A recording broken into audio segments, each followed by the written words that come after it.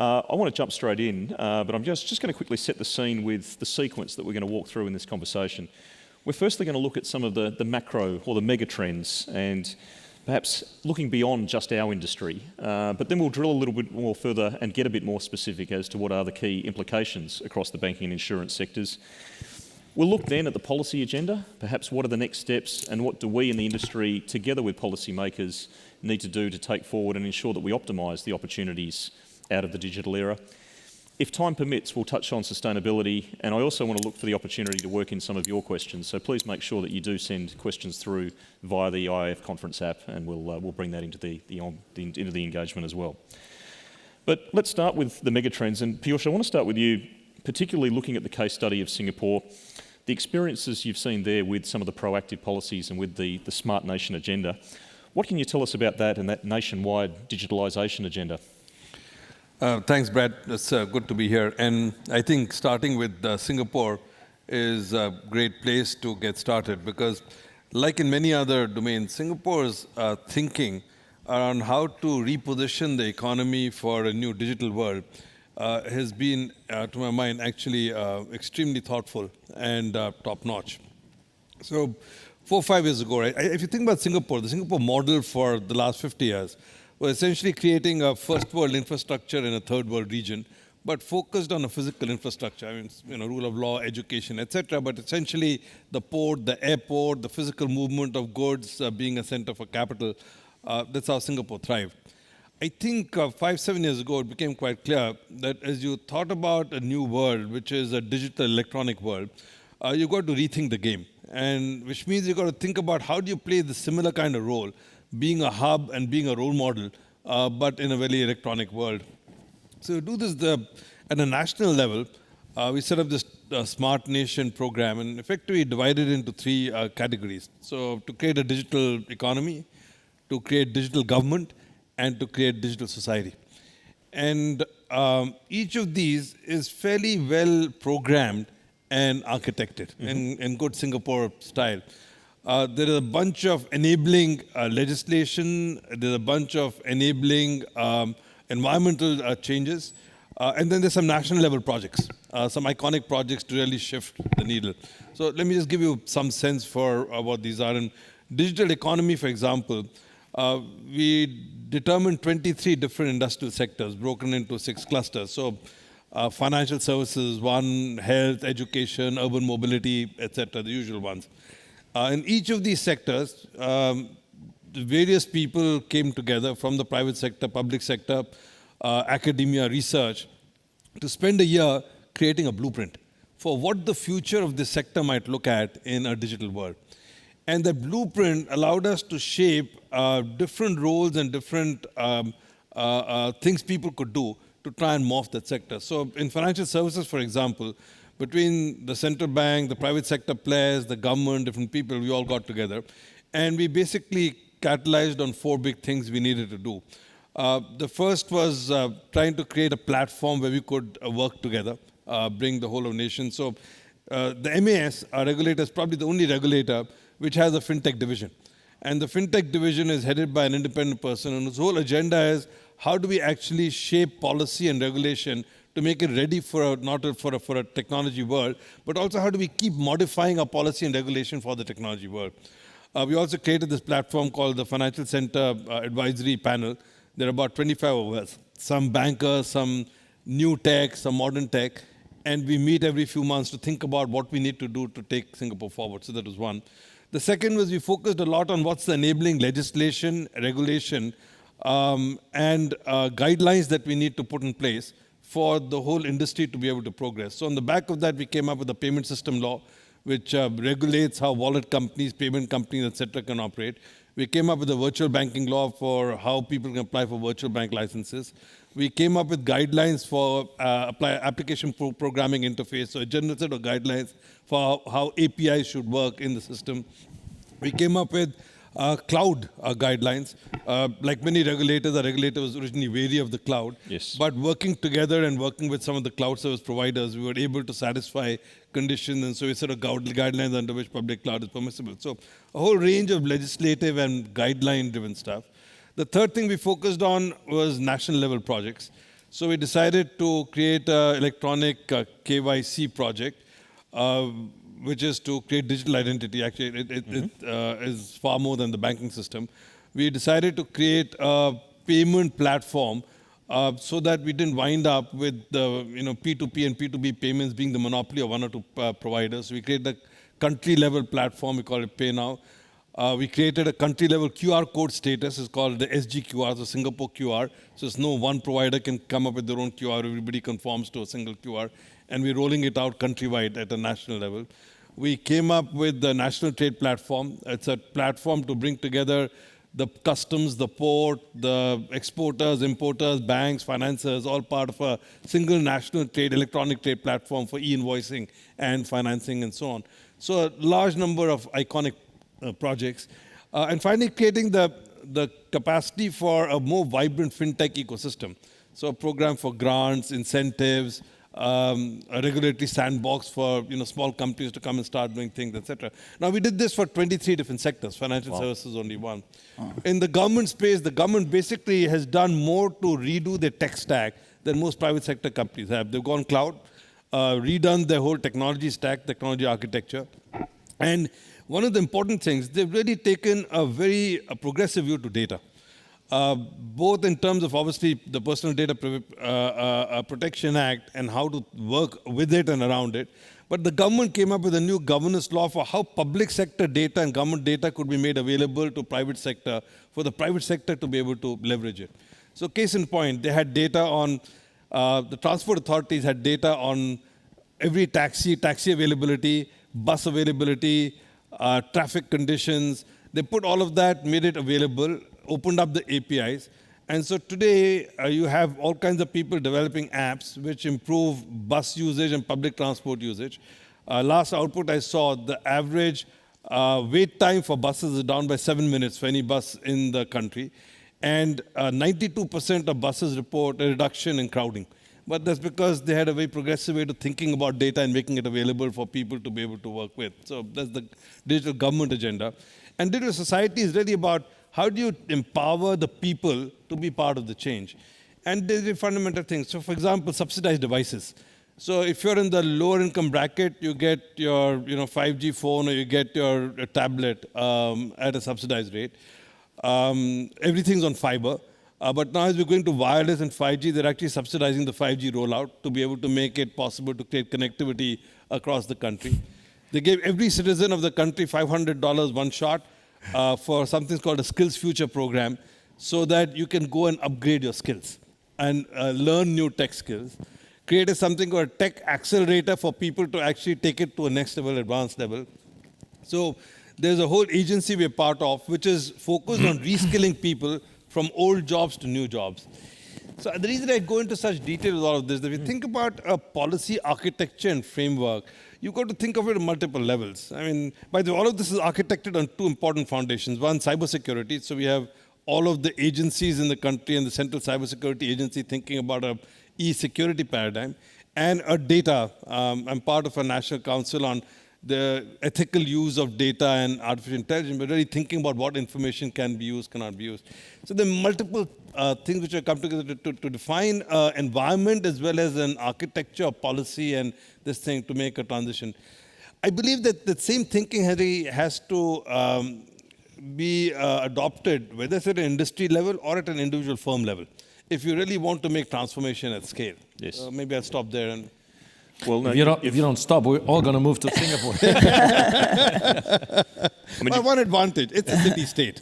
When you start with a city-state, you don't have the challenges that big countries do. But you've set the scene very nicely for us, and I think a lot of the things where we have aspirations of what we would like to see in the public policy agenda around retraining of workers, for instance, is one great example, around the ethical use of data. You've hit on a lot of those, and I really like the point you make there about the subsidised access for low-income people to the entry-level devices that you need to be able to access the new economy.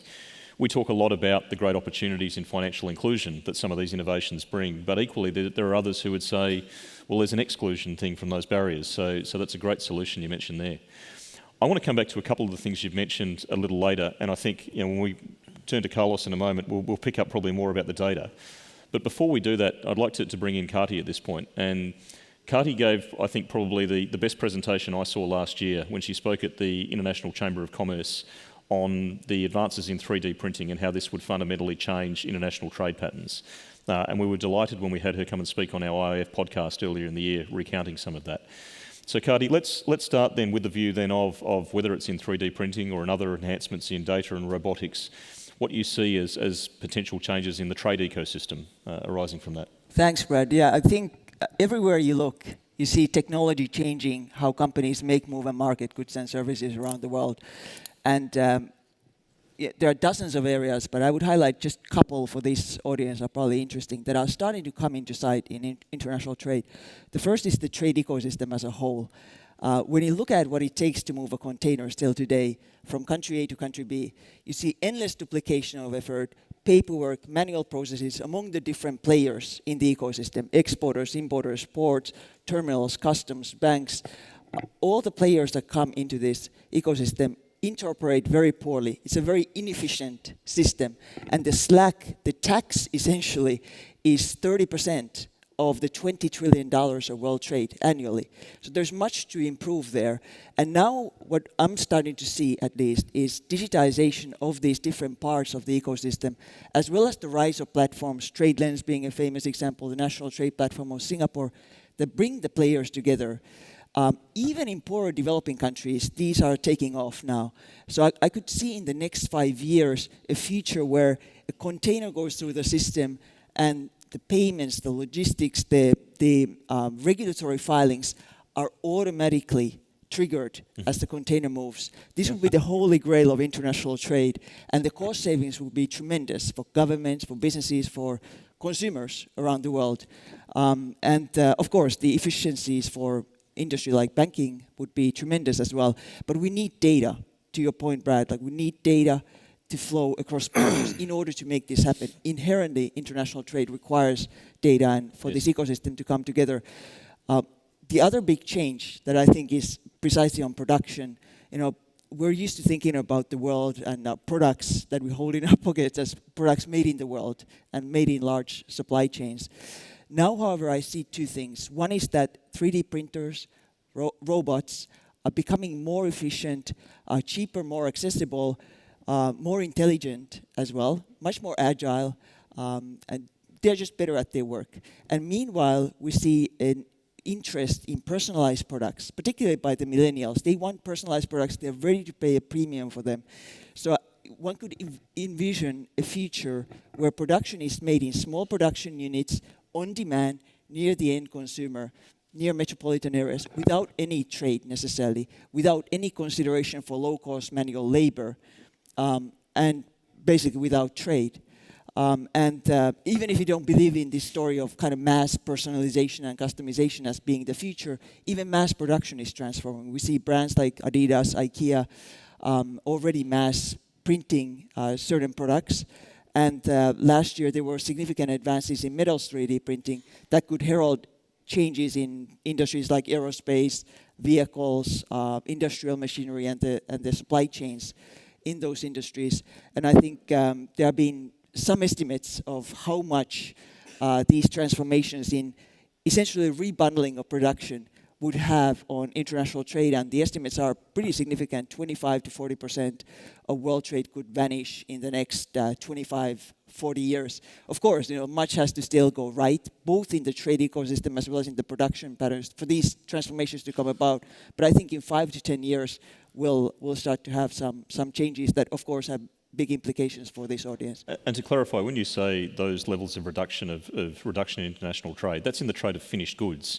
You could argue that it's not actually that trade is reduced, it's rather that trade switches from being about goods and instead being about bytes and about intellectual property, and that you're ordering something from abroad that gets printed at the local 3D printing factory that emerges in your local suburb, that it very much becomes a world where trade is about bytes and about IP. And obviously, I think the thing that struck me was the impact that has on manufacturing, not only as you describe in decentralising it, our CEO, Tim Adams, has spoken in the past about the deadmalls.com website that was a photojournalism site profiling the decline of retail, and our chief economist, Robin Brooks, has written more recently on that trend. But I can see that on one hand it can exacerbate that trend, on the other hand it might be the opportunities, whether it's Kinko's or FedEx or somebody that might want to see the opportunity to want to be the firm that is the localised printing factories and distributions. Absolutely, and I think UPS, for instance, went into this some years ago already. So people are thinking ahead, absolutely. Yeah. So Carlos, we're going to talk a bit more in a moment about some of the data policy agenda and specifically from a bank's perspective. But I wanted to firstly get any reactions you had to what we've heard from Piyush and Kati. They've set out a couple of quite expansive and visionary mega trends that we're seeing, and I'm interested in your thoughts firstly on the extent to which the learnings from Singapore are replicable in other parts of the world, including in Europe, and also to the extent that, you know, for BBVA as a major international bank, you have a lot of customers that you're following across borders, where you see some of those trends affecting that business. Well, first on Singapore, I am really, apart from the joke, I'm really envious of everything that Piyush was describing. Also hearing Senior Minister Tharman in yesterday's lunch, it's quite clear that this comes from a very different approach to policymaking that we have in other places. One that he was talking about investing in public goods as the focus of really redistribution effort of the state, instead of focusing on transfers, which is what most governments around the world, certainly in Europe, are focused on. And really, it's really the underlying thought of everything you described when you were talking more about the physical economy, when Singapore was set up and developing first world infrastructure for a third world country. Now, as we move to a more digital world, it's really doing the same. It's setting the infrastructure so that society can thrive, business can thrive, individuals can thrive, families can thrive. So I have witnessed myself directly how that's happening also in Singapore, where I go often, and it's really commendable. All the guidelines on AI, all the guidelines on cloud computing, all the fostering of experimentation by the banks, even how open they are to ideas by the private sector with the advisory panel that the MAS has and so on. So kudos to Singapore and keep it up. It's a great example. It also shows, as well as many of the ideas that Kati was mentioning, that maybe in terms of megatrend, the key idea, it's quite basic but quite deep, that technology is ushering in a new age of opportunity. That's what we believe at BBVA, and actually we have defined now for many years our purpose as bringing that age of opportunity to everyone, which is, I think, another overriding thought, that through technology we can reach people we were not reaching before. Certainly in our industry, it's a powerful force for financial inclusion. In BBVA's case, we see that directly through our operations in Mexico, in Colombia, in Peru, in Argentina, in Venezuela, in many places where we have an unbanked population. Also through our microfinance foundation, we were talking earlier about it just before coming in. Really impactful, extending microcredit, leveraging technology to do it, to micro-entrepreneurs who are vulnerable, who are, many of them, below the threshold of poverty, and helping them overcome that threshold. In fact, 30% of the microfinance foundation's customers overcome that level, overcome poverty after 2 years of working with the foundation. And it's quite large. We're talking 12 billion of credit, microcredit, really helping 5 million people over the last 12 years. And I think that's a great example of how to leverage technology to reach more people. I think technology also helps us do better what banks have done always, basically keep money safe, enable transactionality, credit, and so on. But the deeper opportunity lies in doing things that maybe we're not doing so much for everyone, which is advising people and businesses in their life or in their business.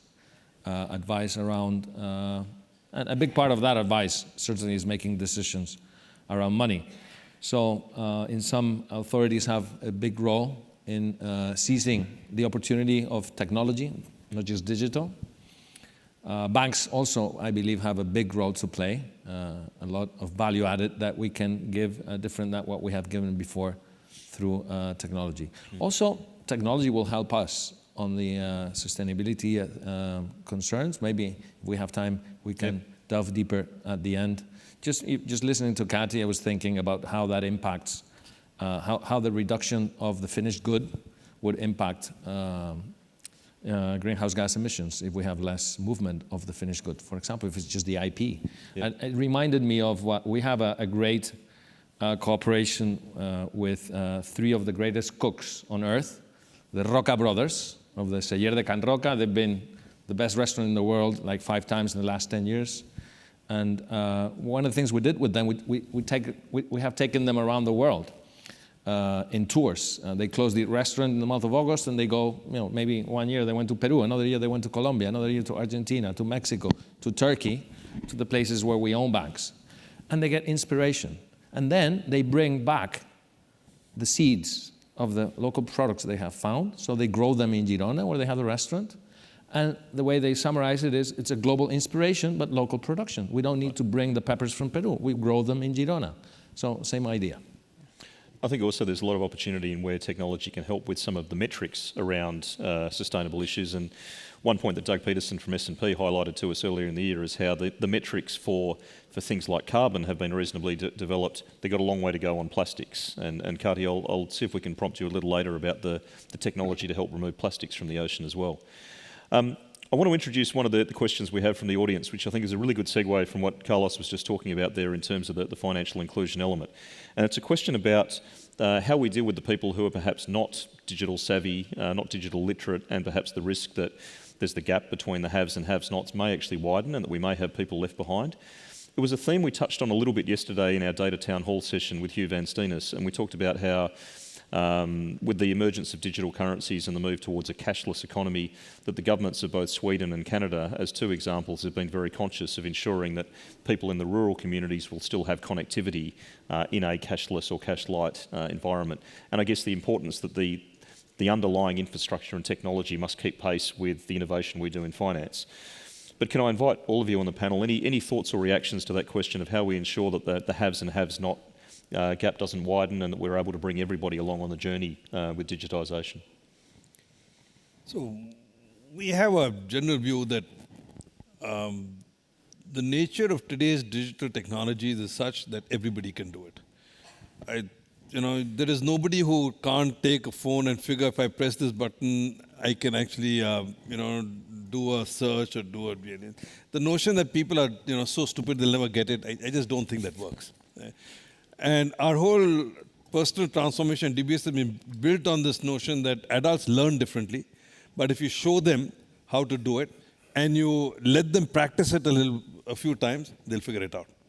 So we're mindful of the fact that we need to make sure we take everybody along. So as a consequence, we've not cut down a lot of branches. We still have branches in where the elderly are.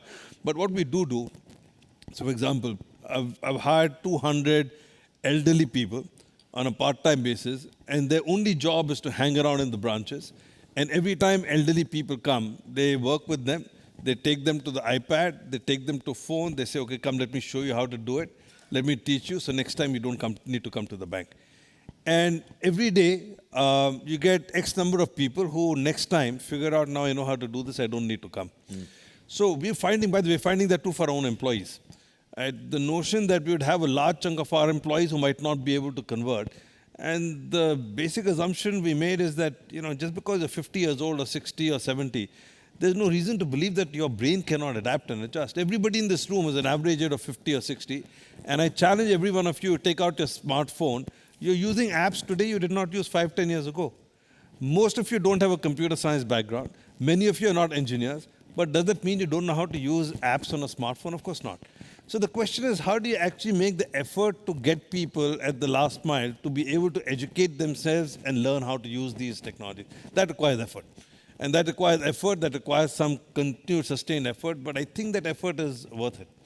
You do need to make sure that you address basic things. So language. right? So if you want to deal with people who don't speak English, then your apps and your technology must have access to language that they understand. Yes. It requires you to make sure disability. So our fonts in our ATMs and our thing can be enlarged. So if you're visually impacted, you can take care of it and adjust it. So you got to do the small things that make it possible to outreach and reach people who are less likely to naturally adapt. But with some changes and effort, I think everybody can learn. So to Piyush's point there, make sure while you've got your devices out and you're using apps that you would not have used 5 or 10 years ago, make sure you're using the IF conference app and sending further questions through to us. Kati or Carlos, any further reaction on that point? Well, By the way, sorry, you think about M-Pesa and look at Kenya, Tanzania, Ethiopia, and the leapfrogging they've done. Everybody there, they don't know how to go to a bank, but they know how to use their phone to buy, sell, pay, get solar, do everything. And, so if you can do it, with different levels and ages in the population there, why can't you do it anywhere else? So perhaps if I can take that as a cue where you mentioned M-Pesa, and I'd like some reaction on this, and Carlos, particularly with some of the great work that BBVA has done, for instance. But, I think M-Pesa is a fantastic initiative on a closed system basis. It works very well for villages within Kenya who are wanting to sell in the local market to their neighbours, for instance. But I think it breaks down the moment that you're wanting to sell to a foreign tourist or that you're an SME wanting to export, where perhaps you need to have that connectivity into the wider financial system, and that's where you need the international banks or the credit card schemes or the like. And interested in any views in terms of the mainstreaming of financial inclusion and the importance of that connectivity or interoperability. Comment? Well, I guess, going to international trade where we see another type of inclusion, including with financial inclusion, but kind of inclusive trade, if you will, where it's really a kind of a natural experiment almost that's going on globally, where we've seen international trade, almost like an iron law of international trade, is that small businesses don't export because the fixed costs for them to enter global markets are so high. Yes. In the US, 5% of businesses export, Mexico 6%, China 10%. Even in Europe, where trade is kind of more in the DNA of companies, less than 20% of small businesses export. And trade is a very kind of flat tail game where 90% of any one country's trade emerges from 10 companies, generated by 10% of the largest companies. Now, however, when we look at trade driven by platforms, not necessarily kind of supply chain driven trade, but platform driven trade, where companies are going on platforms like Alibaba, Amazon, eBay, Jumia in Africa, Mercado Libre in Latin America, that bring together hundreds of millions of buyers, both businesses and consumers around the world. We've seen an absolute sea change, a complete transformation in the potential for small businesses to export. We did some work in my company looking at what happens to small businesses that go on these global platforms, and we discovered that 99% of small businesses in developing countries that use platforms export. 90% of them export to more than 10 markets, and 90% of them sell more than 90% of their export of their sales to third parties. So essentially, small businesses are using online platforms to engage in trade, and they are also using platforms to import. So we found that 40 companies that are on global platforms are 40 to 50% likelier to import products than traditional companies, kind of brick and mortar companies. And this, of course, the entry of small businesses into trade creates entirely new opportunities for companies in this room, but also new challenges. These are small, thin file borrowers, very opaque. The transactions are small. We have actually found that oftentimes they sell on open account and they transacting kind of tranches, oftentimes with credit cards or PayPal or M-Pesa in the cases where M-Pesa can be used cross-border in certain East African countries. But they all want trade finance instruments. They all want that security that they can get paid for their exports. And the same for companies that want working capital. They want fast dispersing working capital solutions. Invariably, this is the highest this is the greatest thing that they want, more than anything else. And so we clearly need solutions like identity, portability, of data across platforms. If these companies can show across platforms what they do on these different platforms, that will help hopefully underwriting as well.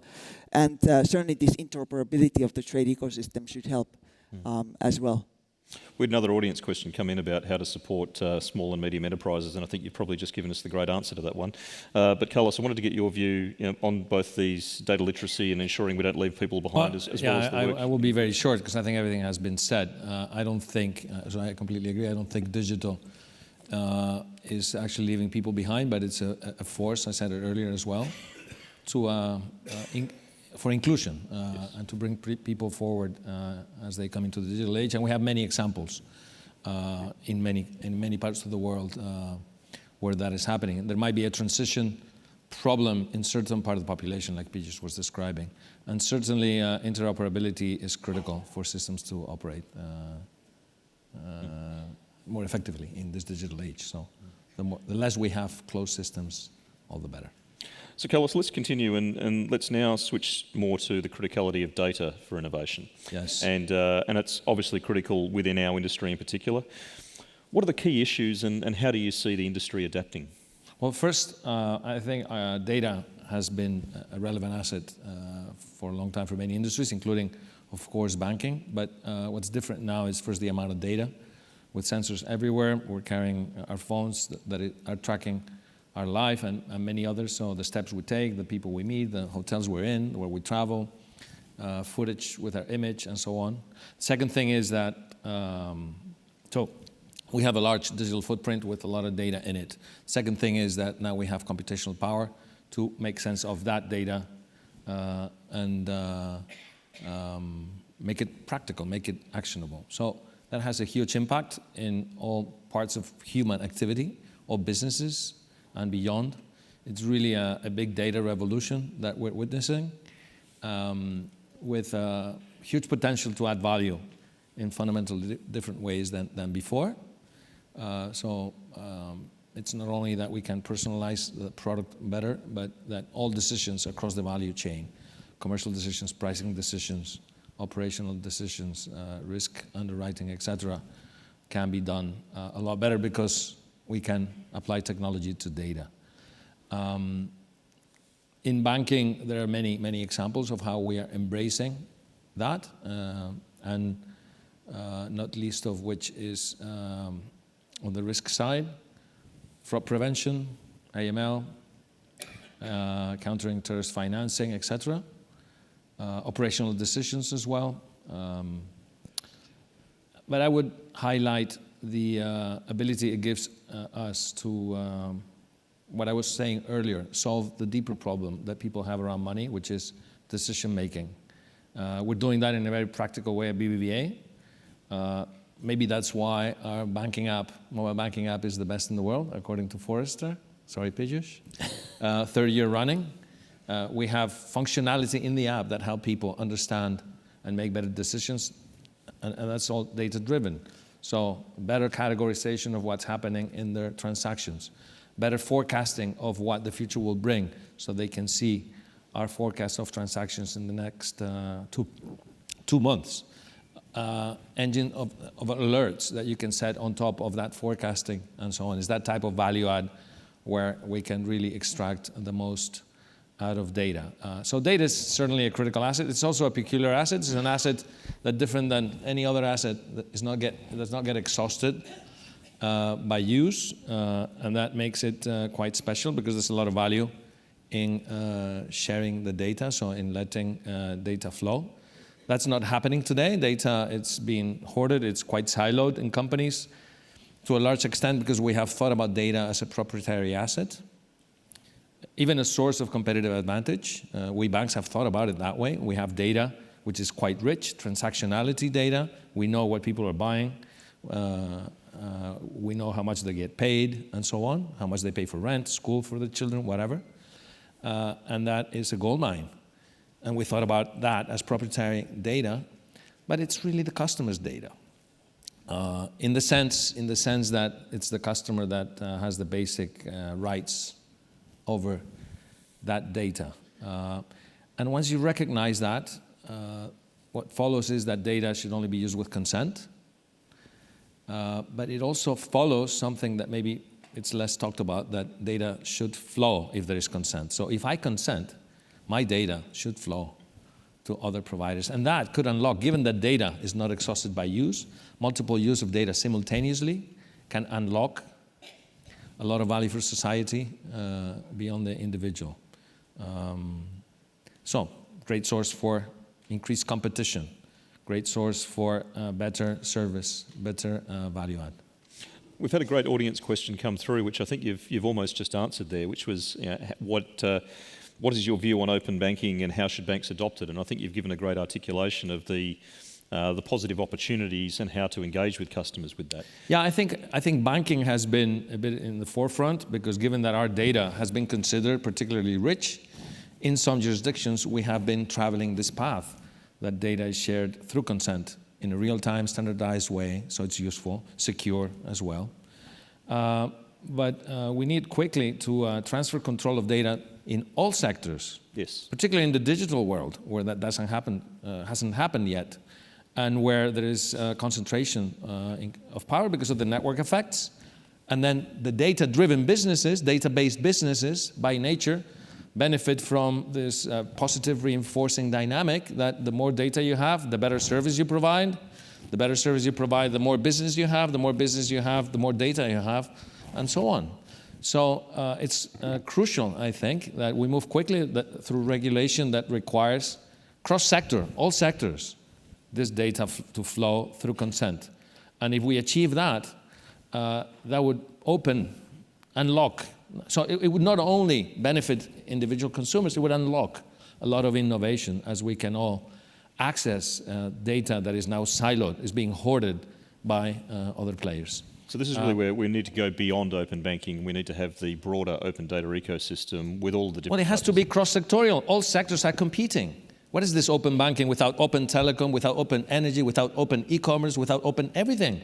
You can not only have open banking, it has to be across sectors because we're all competing. So the data is the gold, right? Doesn't get exhausted. We can all reuse it. So through consent, we should all access each other's data and create value for society. Great source of welfare, of competitiveness, of competition, and so on. But nobody's picking it up. Nobody's picking this up at the international stage. No. In Europe, okay, in banking, yes. The rest of the sectors, GDPR, which is a portability of the 19th century. It's not real time, it's not standardized, and so on. So we need to change that. We need to have sort of the open banking in all sectors and in all regions. And by the way, beyond the data, we need digital rules that are common across the world. Otherwise, things are going to be fragmented. In this world that now is fragmenting, it's going to be fragmented if we don't have common digital rules. And I think we have good examples in our industry. After the crisis, the FSB got its act together, and now we have quite a consistent set of rules, also with the Basel Committee work and so on, that, okay, with some differences, but it's quite common, a common framework. We need a common framework for the rules for the economy of the future, the digital economy, including data and beyond. And maybe the G20 should sponsor a task force to do that. So in my view, it's going to be very hard. And I'll tell you why. Because I think society's thinking of data, use and acceptability of data mirrors society cultures and norms. And there is no singular view of thinking about this is okay and this is not okay. So I think we do have to determine what makes us what we are and how societies evolve. But I don't think a view that there is a single way the societies will decide what is right will prevail in certainly the short, medium term. So let me give you an example. People talk about China. Now, why does Alibaba and WeChat, etc.? Because the Chinese are a lot less concerned about individual data privacy. But that's not just because of the way government reacts. That's the way individuals react. Individuals, it doesn't matter to them. So if you go back to some years ago, this whole idea about an Asian form of democracy, which several Asian leaders had, which is the distinction between Western liberal democracy and some Asian countries, was a Western liberal democracy, the right of the individual is paramount. In many Asian countries, they said there has to be a balance between the right of the individual and the right of society. Now you take that notion of what is the balance between the right of the individual and right of society, and you bring that to data. So a lot of Asian countries would tell you that large amounts of data, whether with or without consent, must be made available because it is good for society. At immigration and border control, everybody says that. You don't want Osama bin Laden in your country. So whether you agree or not, the authorities have the right to make sure you're not a terrorist. But in many other societies, people will say getting data together to make sure health, epidemics, production capacity is okay. But some societies will say it's not. So I think we're going to have to struggle with that. I don't disagree. Country by I don't country. disagree. These So are individual. I don't disagree, but still, there's a You've got to lot think of about things it. that we can get. I agree. We can. The other agree thing, on. by the way, I think which we're going to find we're overwhelmed with in the next 3 years, 5 maximum 3, is with 5G and IoT. So today, a consent architecture assumes that you can get your hands around saying, I agree or I consent.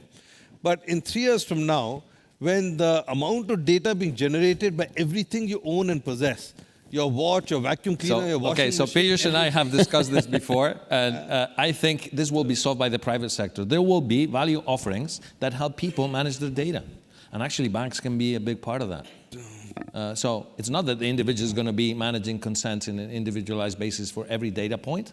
Is they're going to be mandating agents to do that on their behalf, and you can really provide a value prop around that. We're very close to hitting time. I've got 2 quick questions that I want to throw in.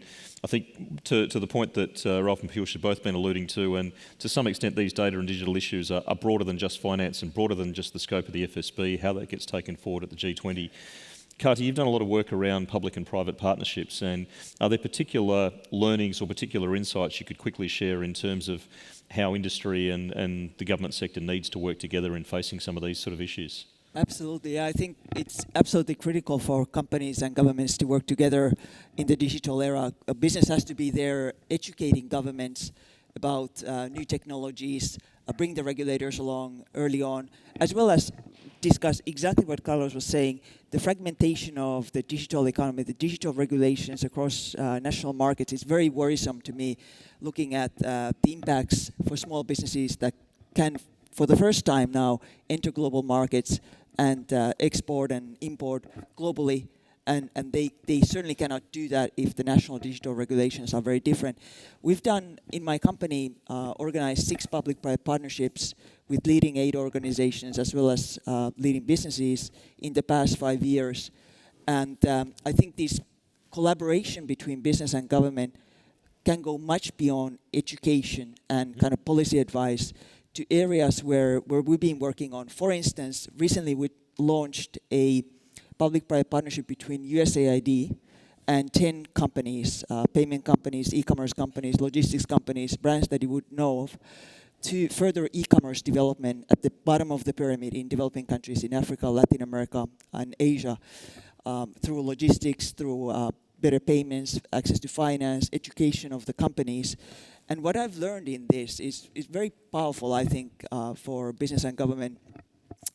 First of all, I see a huge convergence of interest between the development organizations and developed country governments in general and businesses to create new markets at the bottom of the pyramid, if you will, in poorer developing countries, digitize companies, bring them to the stream of commerce, and create new markets that once aid is over and done with, there are new markets that are created, that are tapped into the global digital economy. And I think there's complementarities that are very powerful. Business brings expertise from the front lines of doing business in these markets, brings technology that aid organizations would never build on their own. Yes. And brings very valuable know-how. Meanwhile, development organizations bring their global network of offices and partnerships, bring the knowledge of how to develop markets, and also bring resources. And I've seen this combination work extremely well. There's great interest on both sides, and I think more businesses should be doing this. It's absolutely essential for business and government to work together. The question is not whether, the question is we must work together in the digital era, bring technology, policy, as well as resources together and bring new people to markets. It's a great story of how you build and go and build that symbiotic relationship going beyond just the education phase. We're over time, but I'm going to ask one self-indulgent question to Piyush. And Piyush, I'm going to make you feel a little bit better after Carlos bragged about BBVA having won the Internet Banking Best Award or Mobile App Award. We're running a project at the IF at the moment together with our friends at Deloitte on digital transformation across the industry. What are some of the success stories and some of the barriers or impediments? And to give away some of the story very early in the piece, almost universally as we ask people, who do you most admire? Almost everybody says DBS. And it was a point well validated in the Harvard Business Review article a couple of weeks ago. I want to turn that around and ask it a different way, not necessarily within our industry, but who do you admire? Who do you look to for inspiration? Carlos. I follow your footsteps. I think, to my mind, the most dramatic story that I've seen is Alibaba. What Jack Ma has done in terms of both the thinking of how do you get SMEs at scale to leverage technology to change the nature of business, but more importantly, what they've been able to achieve, even in our own industry, even in financial services, is a game changer. They've been quite dramatic. There are other people. Actually, China is really, all of the other things aside, but China, the few companies in China which have really been revolutionary. Ping An, Peter Ma, Jack Ma. I think you need to be called Ma to really be very good at some of this transformation stuff. But Alibaba and financial, very good. Very good, very good. Well, we are over time, and I'm conscious that we have a great lunch coming up shortly with Jamie Dimon and James Gorman, so I won't keep you any longer, but please join me in thanking our panel. Thank you.